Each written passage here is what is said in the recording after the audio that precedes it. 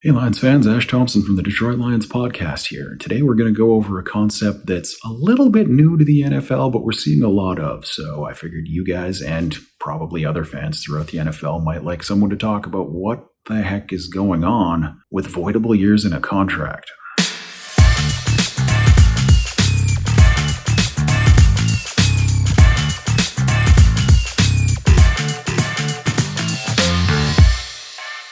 A player in his 30s is looking for one last cash out, wants to go to a contender, but in 2021 the salary cap dropped, which makes the chances of him getting paid what he would normally get paid pretty small. So he signs a 4-year deal worth X amount of money with a $16 million signing bonus, a $1 million salary in year one, but then an $8 million salary in year two with a roster bonus if the team decides to keep him. And then he's got these other 2 years that are called voidable years.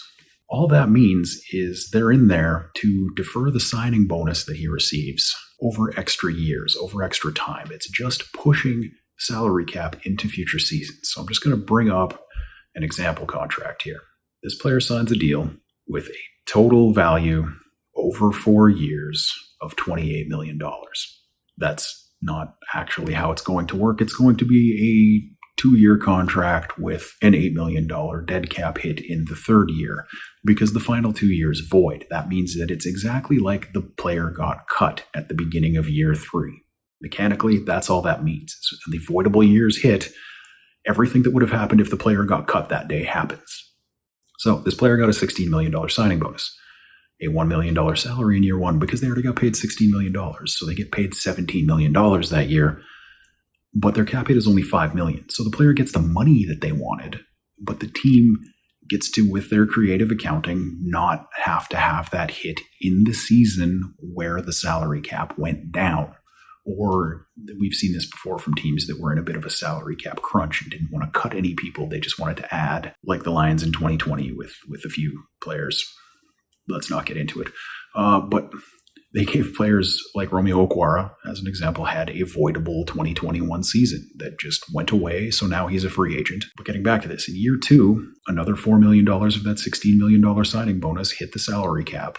The player has a salary of $8 million and a roster bonus of $2 million for a $15 million cap charge. Now, in this season, if the player had been cut previously, it would be $14 million in dead cap that would hit right there from the signing bonus that's left of $12 million and then the $2 million roster bonus, which was guaranteed. But that's not what's important here. What is important is year 3, where on the first day of the league year or in the middle of January or wherever this happens, teams can basically put it kind of wherever they want to, where just the rest of the contract voids, and then the player becomes a free agent again. What happens then is that the amount of the signing bonus that hasn't hit the salary cap yet is going to hit right now. So the 2 years left that each had $4 million of prorated signing bonus that was going to hit the salary cap. Those 2 years of the contract go away and $8 million hits the salary cap immediately. That's how voidable years work.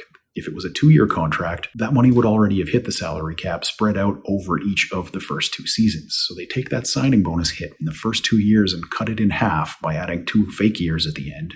Voidable years are fake years on a contract for accounting purposes. So what the team has done is they've taken money out of those first 2 years' salary cap charges and put it all into year 3. Now, you probably don't want to do this with gigantic amounts of money because it can get pretty big pretty quick. But for smaller contracts, like I said, older players, this kind of makes some sense. For example, Tampa Bay did this with Tom Brady recently because they're trying to keep their Super Bowl window open and make it so that they can bring back all of their free agents or most of their free agents this year. That's why teams do this, is so that they can basically fake their way through keeping good players or signing more good players in years where they don't actually have the salary cap space to do it and deal with the ramifications of it later. That's how voidable years work. Have a great day.